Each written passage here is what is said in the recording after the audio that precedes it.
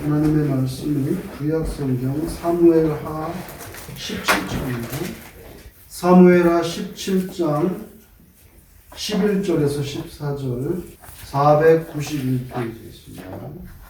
491페이지 사무엘하 17장 11절에서 14절 교독하겠습니다.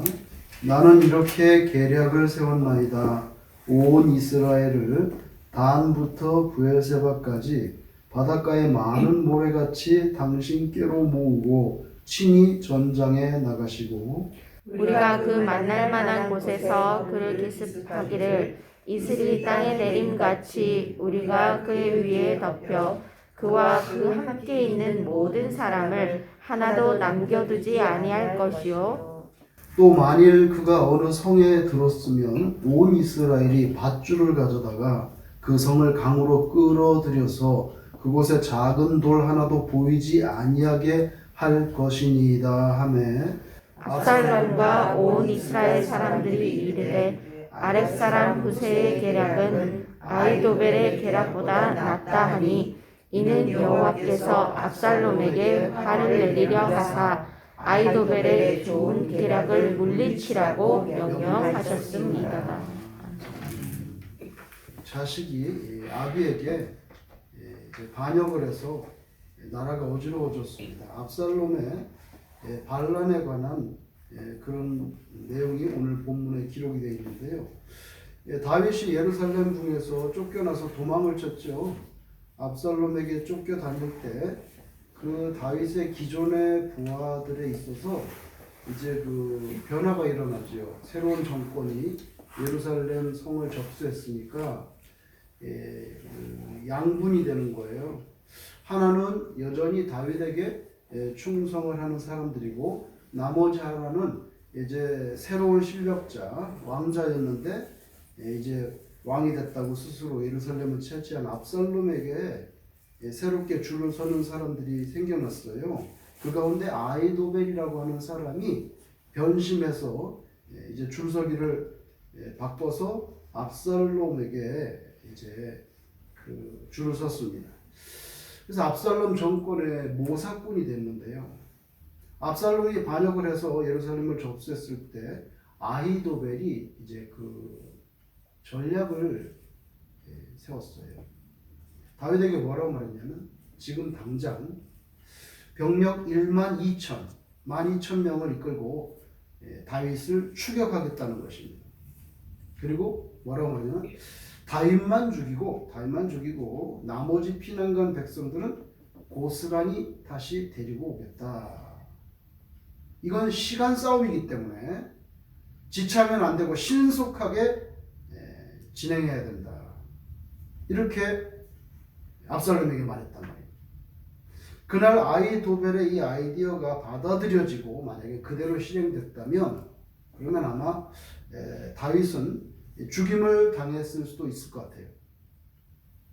그러면 성경의 역사 또 더 크게 보면 이 세상의 역사 상당히 달라졌을 거예요. 그러나 이런 역사적인 분기점에서 아히도벨의 전략은 받아들여지질 않았어요. 그건 왜 그러냐면 또 유명한 모사꾼 오늘 본문에 나오는 후세라는 사람이 있는데 압살롬이 후세의 얘기를 좀 들어보자. 근데 후세는 예루살렘에 남아 있었지만 계속해서 다윗에게 충성하는, 말하자면 뭐 다윗의 엑스맨이에요. 그죠? 그래서 압살롬을 위하는 척 하지만 사실은 다윗에게 끝까지 충성을 하는 사람이었단 말이에요. 그러니까 모략을 세울 때 다윗에게 유리한 모략을 세우는 거예요. 뭐라고 이 사람은 말했는가 하면은 12,000 가지고 안 된다는 거예요. 부족하다. 단에서 브엘세바까지.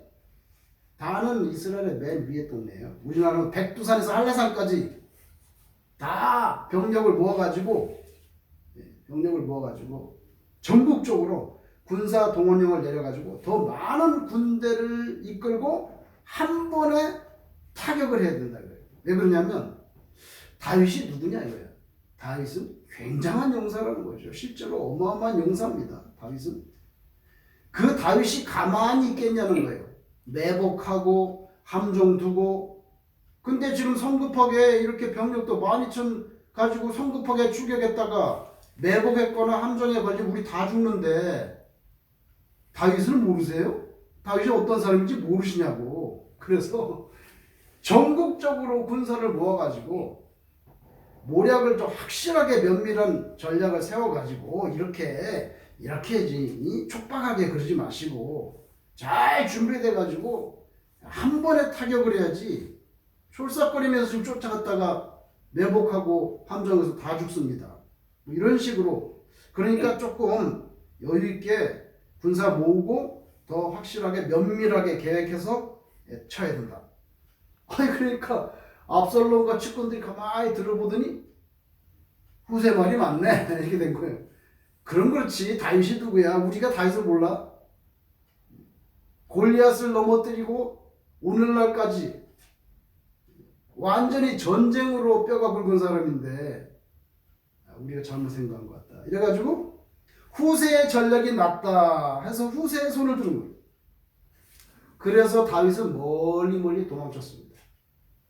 멀리 도망쳤어요. 그래서 압살롬의 사정권 밖으로 강 건너서 요단강 건너서 벗어나 버린 거예요. 우리가 겉으로 보면은 후세의 다윗에 대한 변함없는 충성이 다윗을 살린 거죠. 그날 아이도벨이 즉시 출동해야 되는 다 죽었어요. 왜냐하면 신발도 못 신고 감람산을 뛰어 도망쳤는데 뭘 매복을 해. 매복을 하기는 지금 도망가기도 바쁜데. 그래서 겉으로 보면 후세의 이 다윗에 대한 변함이 없는 충성이 다윗을 살립니다. 근데 성경을 읽어보면 그 내면을 들여다보면 이게 어떻게 가능했느냐, 다른 이유가 있었어요. 그 다른 이유는 뭐냐? 그것은 다윗의 기도입니다. 이거 우리가 성경 읽을 때 얼핏 지나갈 수 있는 부분인데요. 구체적으로 보면 두 가지 중요한 증명할 수 있는 구절이 나오는데, 예를 들면 사무엘하 15장 31절에 어떤 사람이 다윗에게 알리되 압살롬과 함께 모반한 자들 가운데 아이도벨이 있나이다. 그 아이도벨이 변절했다는 거예요.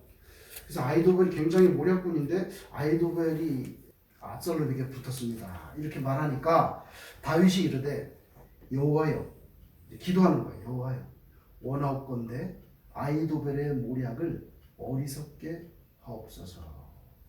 이런 구절이 나와요. 그리고 오늘 본문 사무엘하 17장 끝에 14절에 보니까 압살롬과 온 이스라엘 사람들이 이르되 아렉 사람 후세의 계략은 아이도벨의 계략보다 낫다 하니 이는 여호와께서 압살롬에게 화를 내리려 하사. 하나님께서 압살롬의 그 손을 들어주지 않는 거예요.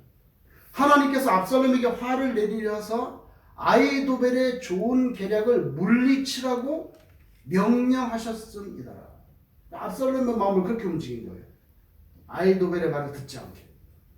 그래서 겉으로 보면 후세 때문에 다윗이 살았지만 속 내용을 보면 다윗이 하나님께 기도했고 하나님께서 그 기도를 들어서 압살롬에게 후세의 의견을 수렴하도록, 아무리 비상한 방책을 만들어내는 사람의 그 계획이 있다 하더라도요, 성경에 보면 하나님께서 그 사람의 손을 들어줄 때 그 계획이 빛을 보는 것입니다. 빛을 보는 것. 여러분의 삶이 하나님께서 손을 들어주시는 그런 귀한 인생이 되기를 소망합니다. 권력, 힘 중요하죠. 합리적인 전략 중요합니다. 고등학교 1학년 때 윤리 시간에 선생님이 윤리를 가르치는데 거기서 계속 뭐가 나오면 합리적인 판단이 나옵니다. 합리적인 판단 중요하죠. 아이도벨이 그거예요. 그러나 이런 것에 하나님께서 손을 들어줘야 빛을 보는 거예요. 그렇지 않으면 이게 사장돼 버려요. 인간적인 계획, 하나님의 절대 주권의 도우심에 호소하는 기도가 빠져버리면은 뭐 그런 건 말을 김 빠진 콜라처럼 되버립니다. 하나님의 도우심을 요청하는 겸손한 기도가 없는 처세술, 아무리 정확하고 완벽한 것 같고 고안이 잘 된 것 같아도 한순간 그냥 올라왔다가 탁 거꾸러지는 그런 꾀가 돼버리는 거예요. 꾀가. 아이도벨 받아들여지지 않았어요. 그래서 결국 패배한 거예요. 압살롬이 예루살렘까지 차지했다가 망하잖아요. 아이도벨 억셉트 안 해서 그렇게 된 거예요. 근데 하나님께서 그거 허락 안 했거든요. 왜? 다윗이 먼저 하나님한테 말씀드려놨거든. 하나님, 아이도벨 그 똑똑한 사람인데 그거 받아들이지면 안 되는데. 구체적이에요. 굉장히 기도가 구체적이라. 여러분 복음서에 보면요, 가룟 유다가 나오지 않습니까? 근데 가룟 유다가 자기 입으로 뱉어낸 말이 성경에 기록된데 사실 따지면 몇 개 안 돼요. 자, 한번 가룟 유다가 뱉어낸 말을 한번 들어보세요. 이 향유를 어찌하여 300데나리온에 팔아? 이거 캐시화 시키라는 거예요. 캐시화 시켜서 가난한 자들에게 주지 아니하느냐. 여러분 6월절이 되면 가난한 사람을 도우는 게 풍습이에요. 그 당시. 그러니까 예수님께 그 부은 향, 이 아까운 거 이건 300데나리온 캐시로 해가지고 도와주긴 뭘 도와줘. 300데나리온 하면은 입마에 뽑혀달라고 지금 딱 마음에 준비하고 있는데 이걸 갖다가 그냥 다 갖다 부어버리고 얼마나 속이 상한지. 그 다음에 또 무슨 말 하죠? 내가 예수를 너희에게 넘겨주리니 얼마나 주려느냐. 요게 그 사람에서 나온 말이죠. 또 오늘 이 가운데 나를 팔 자가 있다. 그러니까 식사하다 보니까 혹시 접니까? 딱 물어보죠. 그 체면상 안 물어보는 사람 이상한 거. 그러나 안 물어보면 이상한 사람이야. 다 물어보는데 자기 말 안 물어봐. 그럼 너구나. 그럴 거 아니. 나머지 11명이 그렇게 생각할 거 아니에요. 그러니까 가룟 유다도 할 수 없이 물어봐야 되는 거예요. 그러면. 아니 다 물으면 난 안 물어보면 너냐? 왜 안 물어보냐 너는? 뭐라고 물어보니까? 잘 들어보세요 여러분. 마태복음 26장 25절에 라삐야 나는 아니지요. 한국말로 이렇게 돼 있어요. 여기 되게 중요합니다. 제자 중에 예수님을 주여라고 부르지 아세요? 마태복음은 한번 다시 읽어보세요. 주여라고 부르지 랍비라고 부르지 않아요. 12제자는요 측근이에요. 누가 예수님을 랍비라고 부릅니까? 랍비는 다른 사람들이 부르죠. 가룟 유다는요 한 번도 입술에 말로 이렇게 부르지 않습니다. 끝까지 랍비라고 부르세요. 보세요 한번. 가룟 유다가 예수님을 주여라고 부른 게 있나? 랍비요. 나는 아니지. 그 다음에 또 뭐 합니까? 내가 입 맞추는 자가 그이니 그를 잡으라. 그리고 마지막에 뭐라고 합니까? 예수 만났을 때 랍비요 안녕하시오니까 하고 키스했죠. 깜깜하니까 누가 예수인지 모르잖아요. 그러니까 내가 이거 키스하는 사람이 예수니까 잡으라고 그렇게. 그때도 랍비요. 끝까지 랍비야. 요게 다예요. 말 잘해야 돼. 말 다 기록에 남아요. 하나님의 기록. 말 남아. 가룟 유다 말은 한 번도 하나님의 나라에 대한 진지한 질문, 믿음의 세계에 대한 어떤 그런 간절한 애착, 뭐 기도 생활이라든지 하나님의 뜻이 이것입니까? 뭐 의를 구하는 것은 이런 거 안 나옵니다. 이거 300데나리온 내가 넘겨줄 때 얼마 줄 거야? 나 아니지요? 안녕하십니까? 요한복음 13장 2절 마귀가 벌써 시몬의 아들 가룟 유다의 마음에 예수를 팔려는 생각을 넣었다. 결국 가룟 유다는 대제사장을 찾아가서 예수님을 넘겨주기로 하고 돈을 받지요. 사탄의 계산과 정밀함이 가룟 유다라고 하는 도구를 통해서 성취가 됐어요. 사탄이 굉장히 합리적이고 지혜로운 듯한 아이디어를 유다의 머리에 주입시켜 줍니다. 그게 뭔지 아세요? 자꾸만 십자가에서 죽는다 그러면 어떻게 해? 3년을 따라다녔는데 유다의 독립을 위해서 로마에 대항해서 어떤 무장 폭동 같은 것도 도모하지 않고 말이야. 자꾸 십자가에서 죽는다고 그래. 나 돈도 별로 못 챙겼는데. 아니, 죽는다고 우리 이상한 그런 말만 하고 말이에요. 정치 군사적인 해방자로서의 이스라엘을 다시 일으키는 그런 어떤 정치적인 메시아로서의 모습을 안 하고 자꾸 죽는다는 거예요. 기적도 많이 봤는데 이상한 사람이네. 죽은 자도 살리고 그러는데 능력도 많구만. 왜 슈퍼맨의 힘을 안 쓴다는 거예요? 그냥 죽는다 그러면 지금까지 내가 본 기적이 무슨 소용이 있겠냐고. 계산 빠른 유다의 결론이에요.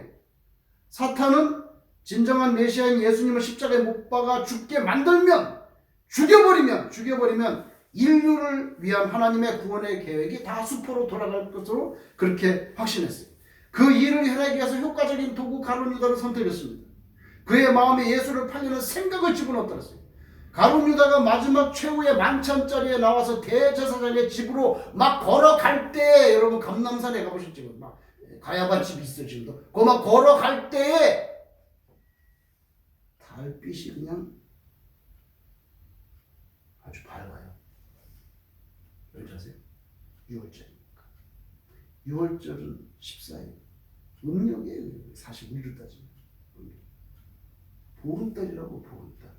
환한 달빛에 막 가는 모습을 생각해 보세요. 대제사장의 집으로, 그리고 또 행동대원들을 데리고 바빠. 겟세마네 동산으로 가서 체포해야 돼. 분주히 왕래하고 있을 때 예수님이 뭐 하셨나요? 그냥 엎드려서 기도했잖아요. 밖에서는 막 돈이 왔다 갔다 하고 흥정과 계약이 막 맺어지고 유대 종교 당국자들 수와 있는 무장 세력들이 성의 횃불과 몽치와 검을 가지고 겟세마네 동산을 향해서 막 진격하고 있을 때 굉장히 바빠. 분주하고. 근데 예수님은 그냥 땅에 엎어져서 기도만 하고 계시죠. 그러다 체포당하시고 십자가에 돌아가시고 그것으로 끝났으면 우리에게 더 이상 소망이 없는데, 근데 하나님께서는 아이도벨의 그 명석해 보이는 전략을 꺾어버리고 다윗의 기도를 픽업합니다. 가룟 유다를 이용해서 자신의 계산을 관철시키려고 했던 사탄 마귀의 전략을 부러뜨리고, 그리고 예수님의 기도를 들어서 응답하십니다. 그래서 부활하셨어요. 여러분, 머리를 싸매고 연구하고 아무리 정밀한 플랜을 짜도요, 기도하는 사람을 당하지 못한다는 거예요. 못한다는 거예요. 그게 아이도벨하고 도망치고 있는 다윗하고 딱 대조가 되잖아요.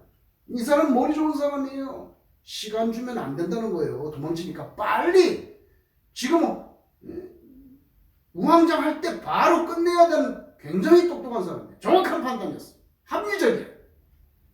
다윗은 여호와여, 아이도벨 손들어 주시면 안 됩니다. 나 살려주셔야 됩니다. 아이도벨 쳐내시고 다윗 픽업하잖아요. 가룟 유다 막 분주하게 달빛에 왔다 갔다 하고 뭐 돈이 왔다 갔다 하고 흥정 계약, 그 다음에 뭐 무기 챙기고 막 그 난리 치고 있을 때 예수님은 엎드려서 기도하시고. 인간적으로 보면요, 야 진짜 지금 밖에서 이 난리가 벌어지고 있는데 예수님은 엎어져가지고 그냥 기도만 하고 계시고 무방비하시는 것처럼 보이는데요, 최후의 승자가 누구예요? 아이도벨이 아니고 다윗이잖아요. 사탄이 아니고 예수님의 승리였어요. 결국 살아계신 하나님께 엎드리는 자가 최후 승자가 됩니다. 굉장히 무식하게 보이고 대단치 않게 보이는데, 근데 그렇지 않아요. 하나님께서는 하나님께 엎드리는 자를 픽업하세요. 그리고 먼저 여러분 때로 답답한 일을 당할 때도 있고 힘들 때도 있는데, 그럴 때도 여전히 기도를 드린다는 것은 굉장히 큰 가치를 담고 있습니다. 먼저 하나님 앞에 엎드리는 자는 다시 일어날 수가 있다. 다시 일어날 수가 있다. 오늘 본문에 다윗이 살아나는 장면이에요. 저와 여러분이 예수님처럼 이렇게 주님 앞에 엎드릴 수 있는 그런 신자가 되시기를 바랍니다. 아멘.